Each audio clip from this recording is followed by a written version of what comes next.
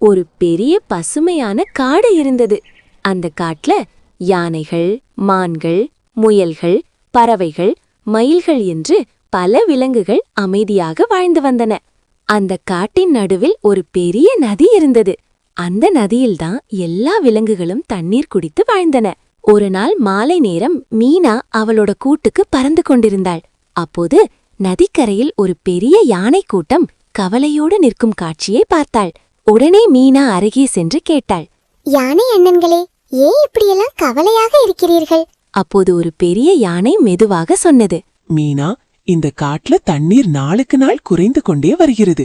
நதியும் கிட்டத்தட்ட வறண்டு போய்விட்டது. எங்களுக்கு மற்ற விலங்குகளை விட அதிக தண்ணீர் தேவை. இன்னும் சில நாட்களில் மழை வரவில்லை என்றால் நாங்கள் இந்த காட்டை விட்டு வெளியேற வேண்டிய நிலை வந்துவிடும். அதை கேட்ட மீனா மிகவும் கவலையடைந்தாள். நீங்கள் இந்த காட்டை விட்டு போகக்கூடாது. நான் இந்த விஷயத்தை காட்டு ராஜாவிடம் சொல்லி உதவி கேட்கிறேன் என்று கூறி அவள் உடனே ஓடிப்போனாள். மீனா நேராக காட்டின் ராஜா சிங்கத்திடம் சென்றாள். அவள் நடந்ததையெல்லாம் சொன்னாள். ராஜா சிங்கம் சிந்தித்துக் கொண்டு சொன்னது, இது பெரிய பிரச்சனை. மழைக்காலம் ஆரம்பித்து பல நாட்கள் ஆகிவிட்டது. ஆனால் இன்னும் மழை பெய்யவில்லை. இதற்கு காரணம் என்ன என்று தெரிந்து கொள்ள வேண்டும். அவர் காட்டின் முதிய நரி தலைவனை அழைத்து, நீ வானத்தில் இருக்கும் மேகங்களிடம் சென்று கேள். ஏன் இன்னும் மழை பெய்யவில்லை என்று தெரிந்து கொண்டு வா என்றார். நரி தலைவன் ஒரு உயரமான மலைக்கு ஏறி வானத்தில் மிதக்கும் மேகங்களிடம் பேசினான். மேகங்களே, எங்கள் காட்டுல மழை பெய்யாமல் ஏன் இருக்கிறது என்று கேட்டான். அப்போது ஒரு பெரிய மேகம் பதிலளித்தது, நாங்கள் மழை பெய்ய தயாராகவே இருக்கிறோம். ஆனால் உங்கள் காட்டில் ஒரு பழமையான விதி இருக்கிறது. மழை வருவதற்கு முன்பு மயில் நடனம் ஆட வேண்டும். அந்த நடனம் பார்த்த பிறகே நாங்கள் மழை பெய்ய முடியும். நரி அதை கேட்டு ஆச்சரியப்பட்டான். அப்படியா? ஆனால் எங்கள் காட்டில் மயில் பல நாட்களாக நடனம் ஆடவில்லை. நரி தலைவன் அந்த செய்தியை ராஜாவிடம் கொண்டு வந்தான். உடனே ராஜா, மீனா மற்றும் நரி சேர்ந்து மயில் இருக்கும் இடத்துக்கு சென்றனர். அங்கே பார்த்தபோது மயில் மிகவும் பலவீனமாக இருந்தது. மயில் மெதுவாக சொன்னது, எனக்கு சில நாட்களாக உடம்பு சரியில்லை. என் இறகுகளும் விழுந்து கொண்டிருக்கின்றன. என்னால் நடனம் ஆட முடியவில்லை. அதை கேட்ட அனைவரும் கவலையடைந்தனர். அப்போது காட்டின் மருத்துவர் ஆந்தை வந்தது. அது மயிலை பார்த்து சொன்னது, இந்த நோய்க்கு சாதாரண மருந்து போதாது.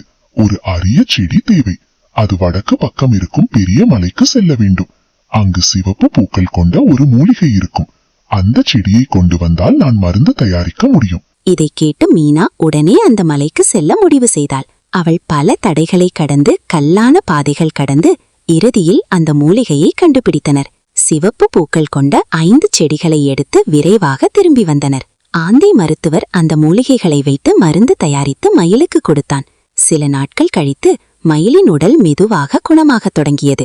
புதிய அழகான இறகுகளும் வளர ஆரம்பித்தன. ஒரு காலையில் மயில் மிகவும் உற்சாகமாக எழுந்தது. இன்று நான் நடனம் ஆடப் போகிறேன் என்று சொன்னது.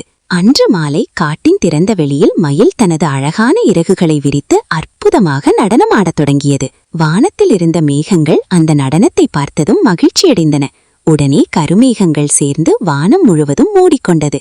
சிறிது நேரத்தில் பெரிய மழை பெய்ய ஆரம்பித்தது. 2 நாட்கள் தொடர்ந்த மழை பெய்ததால் நதிகளும் குளங்களும் மீண்டும் நிரம்பின. யானைகள் மகிழ்ச்சியுடன் கத்தின. இனி இந்த காட்டை விட்டு போக வேண்டியதில்லை. அனைத்து விலங்குகளும் மீனாவை பாராட்டின. ஒற்றுமையுடன் முயற்சி செய்தால் எந்த பிரச்சனையையும் தீர்க்க முடியும்.